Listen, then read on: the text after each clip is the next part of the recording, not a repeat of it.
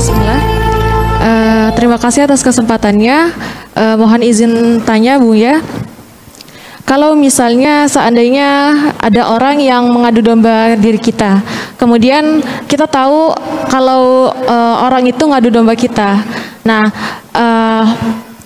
dari itu berdampak yang kurang baik gitu ya.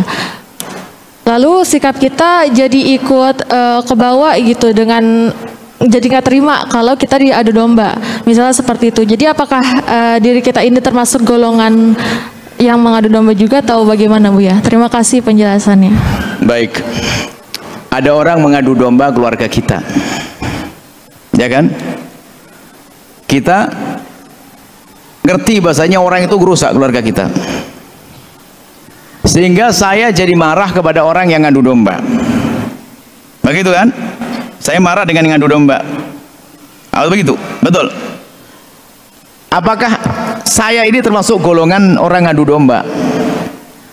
Betul kalau Anda nyebarkan juga ke orang lain nanti.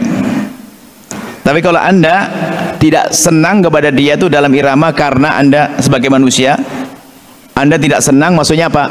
Anda berlatih dengan saudara-saudara untuk tidak mempercayai omongannya. Selesai. Tapi Anda harus, tanpa harus Anda ngobrol omongan tentang dia.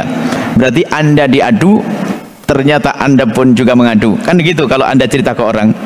Jadi cukuplah kalau memang dia mengadu domba keluarga Anda, cukupkan pastikan Anda harus lebih akrab dengan keluarga. Akhirnya apa? Kita semuanya sepakat ya ikhwani, ukhti semuanya, kalau ada berita dari dia harus diwaspadai karena sudah terbukti gini ya. Tapi ingat, jangan rame-rame ntar. Nah, kalau kita ngobrol ke orang lain lagi, berarti ngadu domba. Karena bisa saja, ingat, bisa saja orang mengadu domba dia tidak sadar atau tidak sengaja. Itu loh. Tapi yang jelas kita harus tahu bahwa saya mengadu domba dosa gede agar kita tidak masuk di dalamnya. Kalau ternyata kita kadang-kadang masih loh, omongan yang kita sampaikan kadang tanpa sengaja menjadikan orang bermusuhan. Wong kita manusia kok, dengan kelemahan kita. Kadang omongan itu sudah kita jaga pun masih kadang-kadang kepleset lesan kita, bisa saja. Makanya kita pun juga tidak perlu mengekspos tentang seorang pengadu domba. Enggak perlu. Kenapa? Bisa saja dia adalah bukan karena dengan kesengajaan. Kalau memang terbukti dia pengadu domba, cukup waspada di antara kita saja. Mengadu domba. Atau kita memang kalau media jelas.